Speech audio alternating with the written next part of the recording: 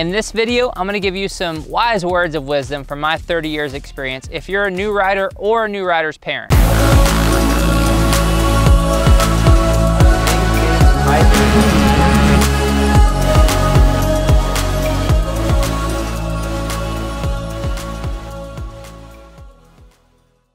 So there's a few major things that we're trying to avoid when we get into the sport.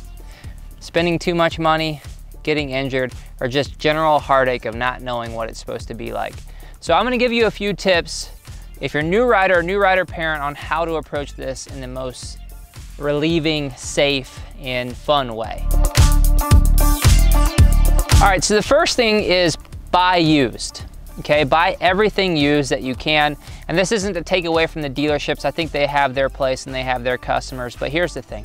The reason we have our Learn to Ride program here, where we put new riders on our bikes and in our equipment, is to give the opportunity for the parents or the riders to discover if they really love the sport before they go sink thousands of dollars into it.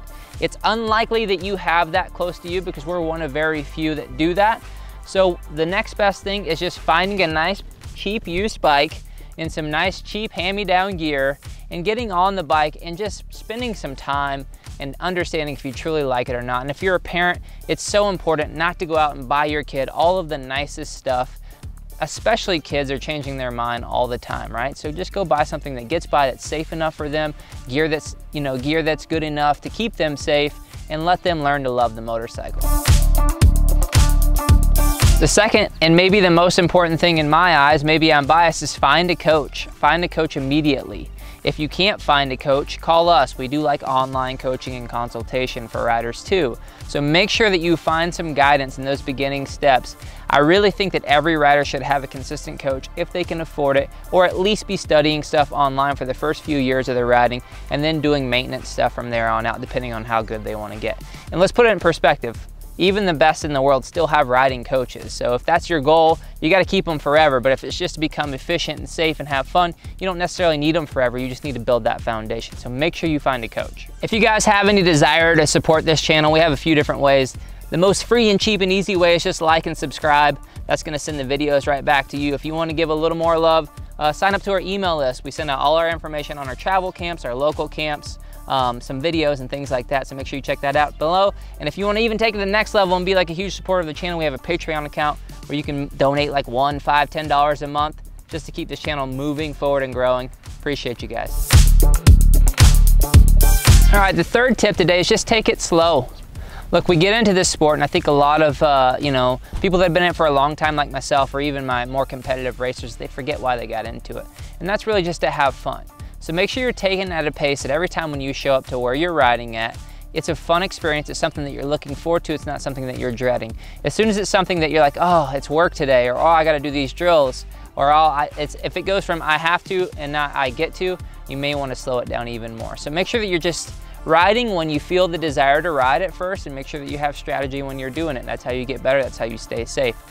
For the parents, I think it's really important that you don't overload your kid's mind on what they should be doing. Listen to them, like let them tell you what they feel like doing or what their desires are. It's pretty hard as a parent to listen to that because you think you know what's best for your kid. But in a sport that's super fear-based and can be pretty difficult on the mind and the body, it's very important that your kid takes the lead and then you just support them with what they need. Some kids want to do it every day. Some kids are cool with doing it once a month. Just listen to your kids. Number 4, and if you're here watching this video, you're already kind of doing this, educate yourself. There's so many things to learn in this sport. There's so many little things that can save you time and money. There's so many safety things. There's so many bike things. There's so many gear things. There's so many track things. A lot of that you can find right here on this channel if you'll take the time to search around throughout all these videos. You can find a lot of the information that you need to get into the sport safely. But educate yourself. That goes for anything that you're getting into, but especially something that's super dangerous. Why would you not want to know a lot about it? You need to have a pickup truck, or you need to have a trailer, you need to have tie downs, you need to have ramps, you need to have all these things to be able to go to the track and it not be a stressful thing and it'll be fun. Obviously you learn it along the way and that's okay too, but if you could spend some time, spend an hour a night, you're on your phone doing whatever you're doing anyway, educate yourself, it'll help a lot. Okay, the last one is, it's kind of dear to my heart because I try to get people to have good foundation before they take these steps, but One, try to avoid a really, really busy local track that doesn't have organized practice right away. I would say that you need a good 6 months under your belt before you go riding with people zipping by you and jumping by you to even have the awareness and the mental capacity to make the decisions when things go wrong, because it's not a matter of if, it's a matter of when, and you need to be prepared for that. So make sure that you're careful. And then the second piece of that is don't be enticed to go race right away. If you have buddies that got you into the sport, or you're the parent and you're getting your kid into the sport, it's not a race to the race, right? It's a race to get good. And then you can go test your work at the races as that foundation's built, you're feeling comfortable, and it'll feel right. If it feels like, I don't know if they're ready to race, or I don't know if I'm ready to race, you're not ready to race, right? Put the time in, spend a year working on your technique minimum, then maybe go race, and find someone that can give you some advice on like, hey, am I ready to race? Like, am I gonna be able to drop the gate and stay safe? Do I know how to ride, handlebar to handlebar with someone and not freak out? Can I do all the right techniques when I'm in that scenario? There's a lot to racing, and there's a lot more to racing safely. When I go to these local racetracks, I see so much crazy chaos and danger that it's mind-blowing. That's why I avoid it most of the time, because I'm like, it stresses me out.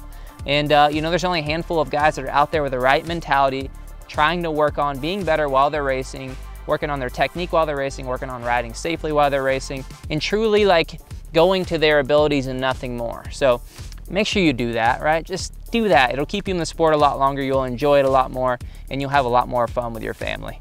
All right, guys, I hope you enjoyed this video. If you did enjoy this video, make sure you leave us a comment down below if you want more of this intimate style, me giving you my experience and trying to make you a safer rider. Make sure you let us know down below. If you want some more videos, we got more over here. Our Instagram is @TheMXFactory. Make sure you go check that out, like, subscribe, and check out that Patreon account if you feel it in your heart. We'll see you guys next time.